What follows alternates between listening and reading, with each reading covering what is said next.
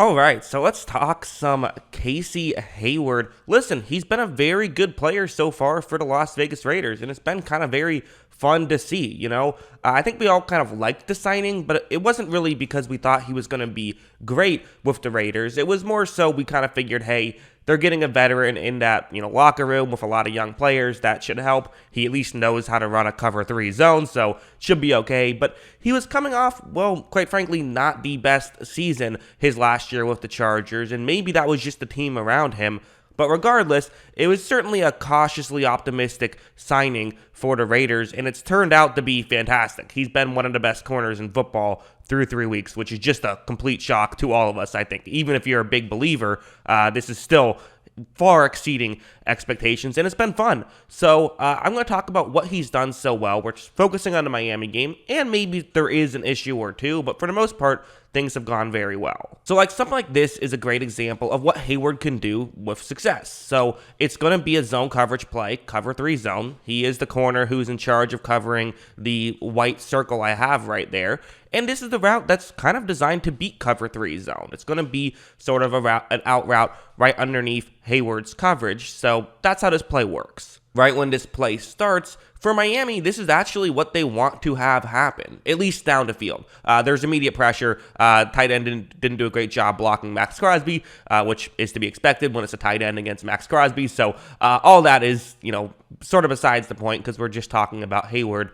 But down the field, this is something that could potentially work if there was better protection because you have Hayward his hips are turned towards the middle of the field. Well, now a receiver is going to run towards the sideline, basically meaning that Hayward's going to have to completely turn around. And that's difficult, right? That's a good scenario for Miami. And you could maybe argue that because the play wasn't working, that the receiver didn't exactly, have his A game here. But regardless, watch Hayward turn and be able to cover that up immediately. So even if there was better protection and that was the throw Brissett wanted to throw towards, it still probably wasn't working out. And so that's just kind of what Hayward can do very well, is he has really good hips and can move like that. And, there's a difference between being a good man corner and a good zone corner. He clearly has the skill set to be a great zone corner. We got to talk about this play, of course. This was the safety, and I saw a lot of people criticizing the play call, which, you can if you want to, but just to set up what the play call is, this is something we see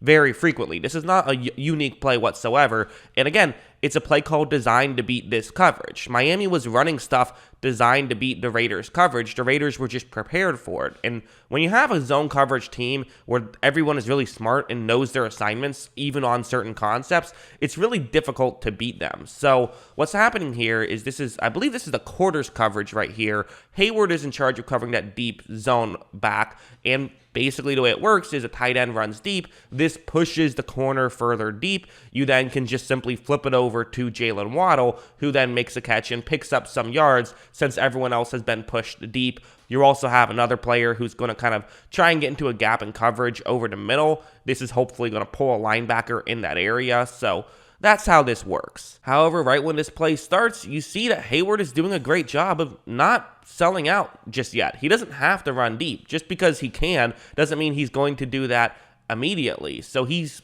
being patient, and I would say maybe one slight flaw in this play is why not just have Jaylen Waddle run to the 1 yard line, right? Have him take a couple steps out just in case you're in your own end zone. So I get that, listen, there's a couple flaws of this play. This is one of them. But sometimes a defender just makes a great play. This is a play that typically will get you some yards. So I do understand the logic behind it. But look, Hayward makes a great play. And honestly, that's probably the real flaw of this play. Isn't necessarily the play call itself. If you look on the other side of the field, it was open over there. If Brissett threw it to his right instead of to his left, they at least get some yards and do what they're trying to do, which is avoid the safety. The issue is just that, A, a little bit further of a throw, hash marks on the bottom of the screen, and B, you just don't want to try Casey Hayward. He's been in this game too long. He's going to know these things, and you just saw it right there. He knows concepts very well. Let's go over to this play now. So what's going to happen on this one is that what Hayward does pretty well is he gives himself some space. And, whether you like this or dislike it, this is what he does. And it's part of why he's been so successful is this is going to be man coverage, actually. So I do prefer Hayward as a zone corner, but, he can play man a little, especially when it's a route like this, where watch what's going to happen. Right when this play starts, you see how Hayward does kind of, he gives up a little bit of space, right? There's definitely a little bit of room. And so logically, you're thinking, hey, throw a bullet in here. This is a play that can be made. That's what logically would make some sense. But what Hayward can do very well is close. And this one actually, this is kind of the pro and the con of Hayward is typically, he can come in and knock the ball away. However, this time, it's a really good throw and a good catch, and even though Hayward created some contact there, it was still complete. So that's how you beat Casey Hayward, is with stuff like that. And he kind of accepts that he can get beat that way. He does. That's something that he's okay with getting beat because you're going to have to make a great throw, a great catch, and it's not going to go for that many yards. It might go for 10, 12 yards. You're willing to take that chance if you're Casey Hayward. That's just what you're willing to do. And I also have to bring up, I did see something like this, which can concern you a little bit. So again, I think he's playing very well. I know I'm talking a couple of, the last one I don't consider a negative. That's just kind of who he is. This one, I think that you could consider this a negative. I do consider this a negative, actually. In fact, I don't know how you couldn't. But what's going to happen on this play is that it's going to be a true one-on-one matchup on the sideline. And this is maybe one area that I want to see a little bit more before I'm willing to say Hayward is, elite.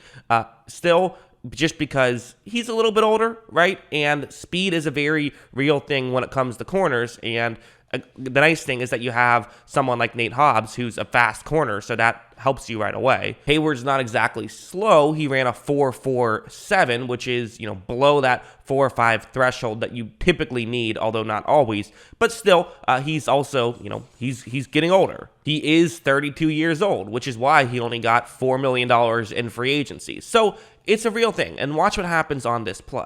I mean, look at how he is going to kind of get burned right here. It was a running play, so, no harm, no foul. But if that was a passing play and, that ball was thrown up, that's a big completion and a touchdown. That's the reality of the situation. So hopefully that was just he got burnt once and it is what it is. But definitely enough to get you concerned and kind of can give you a little bit of flashbacks to like Richard Sherman with the 49ers in the Super Bowl when he got burned by Sammy Watkins. It's like, okay, when you're playing zone, you're going to be fine. But that one time it was a one-on-one matchup, he got burned with speed. You just don't want it to happen at a bad time. So yeah, that's my thought on Casey Hayward. Despite some concerns I might have for the long-term future, they are, I think, there's something that I've noticed, so I have to bring it up. But in terms of how it's actually worked through 3 weeks, I mean, I found a couple of plays that are concerning, and other than that, he's been perfect and had plenty of splash plays. So it really can show, I think, how big a difference can be made with just adding some players like that, right? You get two corners who can really play with Nate Hobbs and Casey Hayward. Well, now Trayvon Mullen doesn't have to have these difficult tasks. He doesn't have to go up against number one guys all game, right? Like he can, pass that off. So now he's looked way better. Also, the coaching staff itself is just way better. And, adding Unique Ngakoue helps with the pass rush. So you add just those two corners, and I feel like it allows, there's a reason why Max Crosby's looked a lot better this season. And a big part of it is he has more time to get to the quarterback. That is a very real thing. People tend to only view it one way, where, good pass rush means that there's less time for guys to get open. Well, it works the other way too. And again, I mean, the value of getting an elite corner with $4 million, if this is true and this is not a mirage, this is just such great value. And listen, they'll have to figure out something next year, but hey, for this year, this is the kind of move that could turn a team. If they had Casey Hayward playing at an elite level last year, they're probably a playoff team. Like, that's how big of a difference it can make. So it's just a great move so far for the Raiders. That's what I think. What do you guys think? Let me know in the comments below. Always love hearing from you. And of course, as always, thanks for watching.